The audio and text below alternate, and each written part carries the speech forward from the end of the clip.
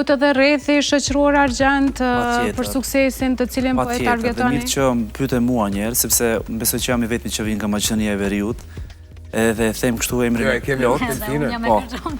Po, ti e vendosë në Prishtinë, me sa kuptova. Po, ma prindit i kam Kërshop. Unë jetoj atje akoma dhe prej atje të veprosh për Prishtinë dhe për Tiranën, që ne e synojmë, është shumë e vështirë.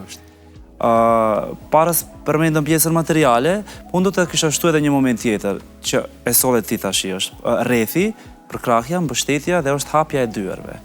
Ne në Maqedoninë e Veriut kemi një problem shumë të madh se s'kemi mediume fare. Unë vetë kam punuar në rolin e prezantuesit në një medium të caktuar që është më i miri në vend, po aq është vendi dhe aq është treku. S'ke bomër e argjend. Po, shumë kam bërë për të ardhur një ditë në Prishtinë në Tiranë. Më kupton sa e vështirë është. Po, me këngëtar, se aty është targeti gjithmonë i argjendit. Lutem. Po për me një rrugë të cilës nuk do t'i bëjmë pishman asnjëherë. Nuk është puna te gabimet. Pajtojmë shumë, mos bën, mos gabo, mos guxo, pastaj por unë do t'jem rehat në vetën time dhe kjo është ajo komfort zona e imja personale dhe unë këta e përkrah, do t'jetë individuale sepse kur të flejmë në darkë do t'jemi t'lumtur me atë që kemi bërë. Sigurisht do njerë do bëjmë i pishman për gjërat vogla. Për shembull nëse unë e bëj një projekt të cilin e bëj pa shpirt, pa ndjenja dhe as nuk do e përçoj te publiku, sepse nuk do ja jap hakun e punës, nuk do bëj marketing të dukur sepse do më mërzite, sepse nuk e di, nuk më pëlqen kënga. Dhe në fund ditës nëse mua s'më pëlqen, nuk mund të kem pritshmëri që të tjerëve t'ju pëlqej. Por e vërteta është që rrethi ka një ndikim shumë të madh. A është sukses t'ju pëlqesh të tjerëve? Është sukses të gjesh targetin i cilin i pëlqen.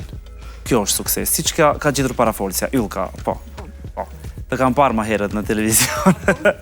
Kjo është sukses, të dish se ti ke një target, ke njerëz që të ndjekin dhe ke të ftuarit të cilën duan të vinë te emisioni jot, te projekti jot apo për shembull ti gjesh ti targetosh njerëzit që merren me kafsh.